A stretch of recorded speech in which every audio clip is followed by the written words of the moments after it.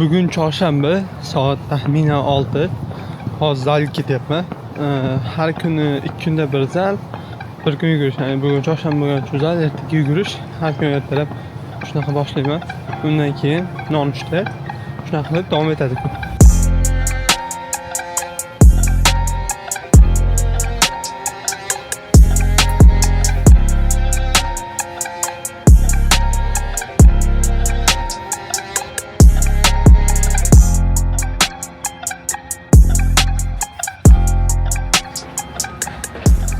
Saat 8 bo'ldi. Hozir zaldan chiqdim. Ko'p qolib ketdim. Adashsam 6:30dami keldim. Endi nonushtaga. Shu yoqda yo'lda ketayotganimda sizlarga ozgina gapirib bermoqchiman, nimaga qaratamni.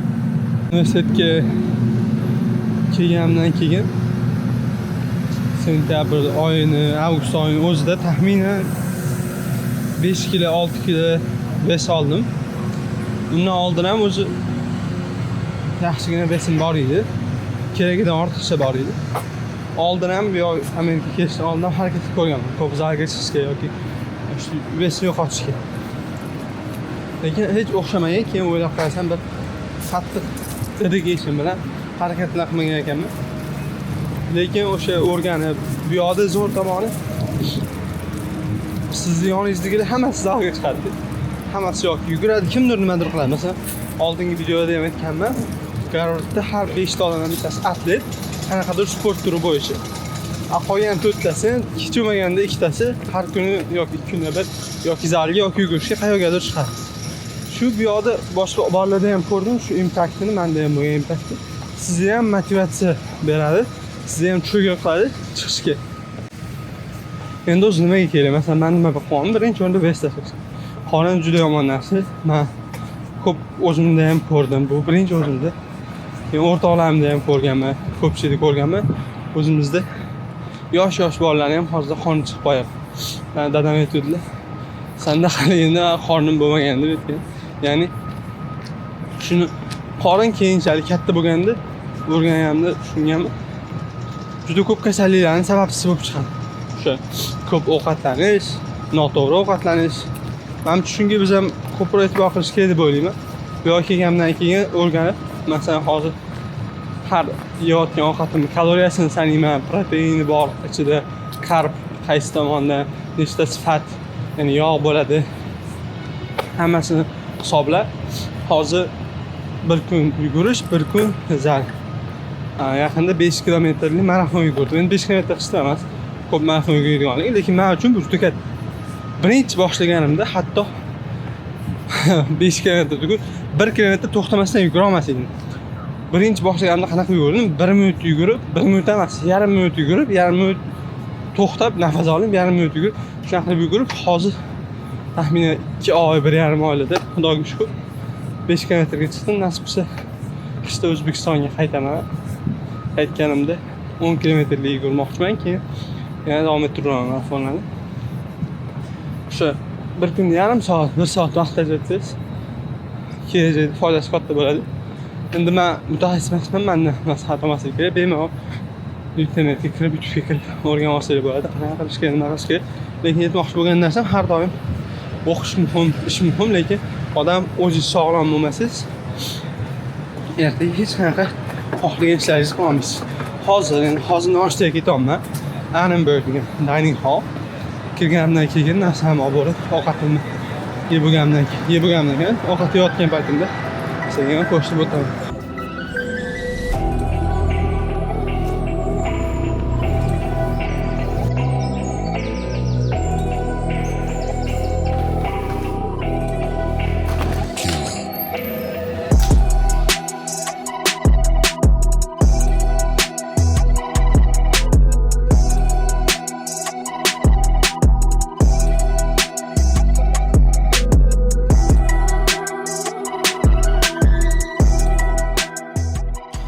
Soat hozir mana 9:30 ga yaqinlashyapti. Soat 10:30da birinchi darsim bor, lekin mana hozir refresh qilmoqchiman. 9:30 bo'lgungacha 5:30da turib, birinchi zalga chiqib, zalda sal ko'proq olib ketib qoldim. Keyin nonushta qilib, yuvinib, ertalabki odamni xursand qila oladigan, kayfiyatini ko'tara oladigan narsalarni qildik. Masalan, men hozir zo'r kayfiyatdaman, xudo xolasa. Hozir bir soatcha vaqtim bor. 1 soatda bitta odam bilan miting qilishim kerak, ozgina vazifamni qilishim mumkin. Ulgusam bitta o'qiydigan narsam bor, shuni o'qib olaman. Va 10:30da birinchi darsga boramiz. 10:30dan keyin obed qilamiz. Obed qilgandan keyin yana bitta dars bor. Shuna qilib kun bo'yi davom etadi. Hammasini sizlar bilan ko'rsatib boraman. Demak, ketdik.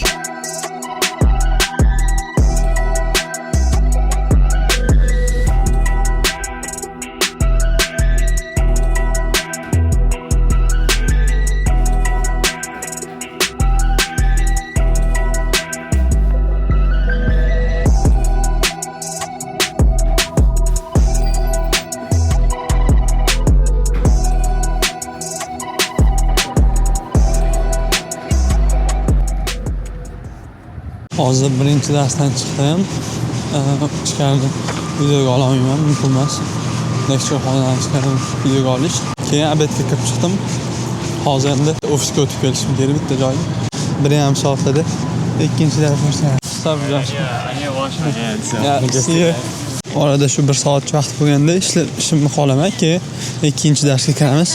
Uni ham videoga bo'lmaydi, lekin ko'rib turganingizdek kun boshlanishi bilan bitta yaxshi tomoni ketma-ket hamma narsa, lekin bitta yomon tomoni oldin juda ko'p vaqt yo'q, tez bo'ladi. Birinchi dars, obed, ikkinchi dars, orada yana 1 soatcha vaqt bunga ketadi, keyin yana kechki ovqatlanish shuna bo'lib davom etadi.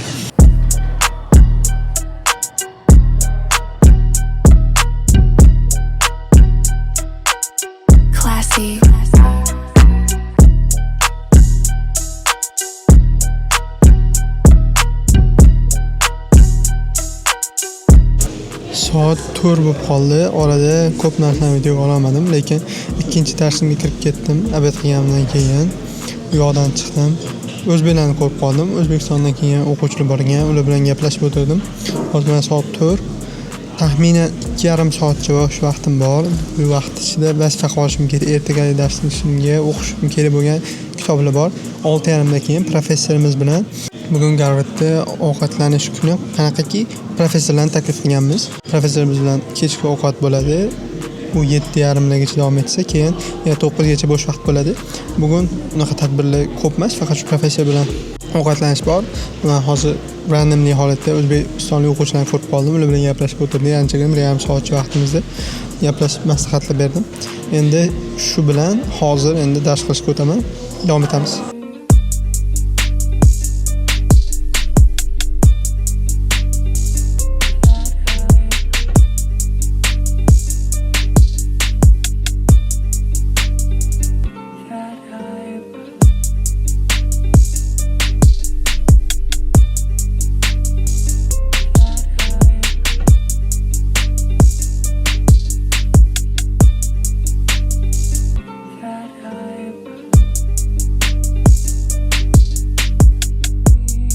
Soat 6 bo'lib qoldi. Hozir dars qildim. 1,5 soatcha o'qishim kerak bo'lgan kitobni o'qidim.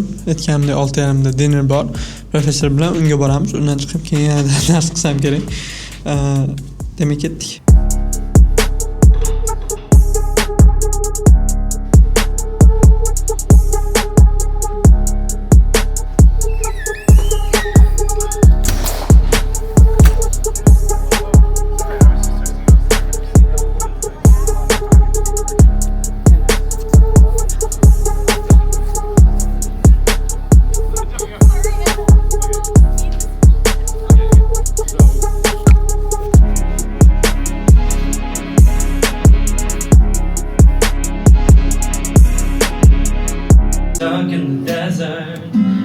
Tylenol I take when my head hurts.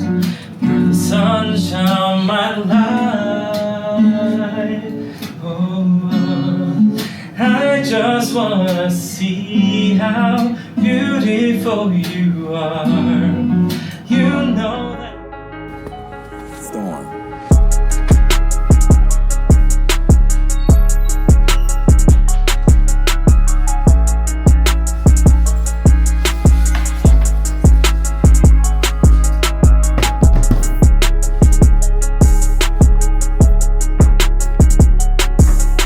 Soat 8dan o'tyapti kechki. Professor bilan ovqatlanishga bordim, video olmadim. Lekin undan keyin biz bilan ovqatlanayotgan bitta o'quvchilardan bittasi joyda ishlayotgan ekan, ya'ni musiqa chiqayotgan ekan. Biz uyga bordik, hamma gruppa bo'lib professorlar bilan. U yoqdan shunday qilsam yomg'ir yog'ish boshladi. Shuning uchun siraj yotoqxonaga keldim. Soat 8, 1 soatcha vaqtim bor. Bet qo'lim yuvib, tozalanib, skinga qilib, emaillarni chek qilib, ozgina vazifa qilaman-da.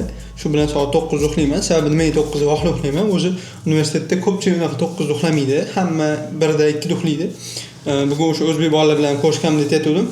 Hamma o'zi to'g'ri keladigan qaror qabul qiladi.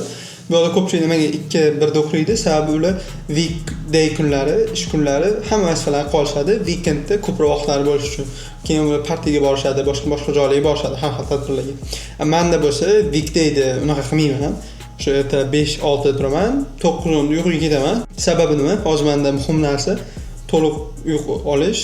Shu ertadan fat loss zalga chiqish, yugurgan chiqish, ertalab chiqish yaxshi ko'raman. Shunda vaqtim unumli bo'ladi. To'g'ri ovqatlanish bo'lganligi uchun men unaqa 2 da uxlab, 8 da turib kam uxlab bunday qila olmayman hozirgi vaqtda. Shuning uchun menda ko'proq weekendda dars qilaman.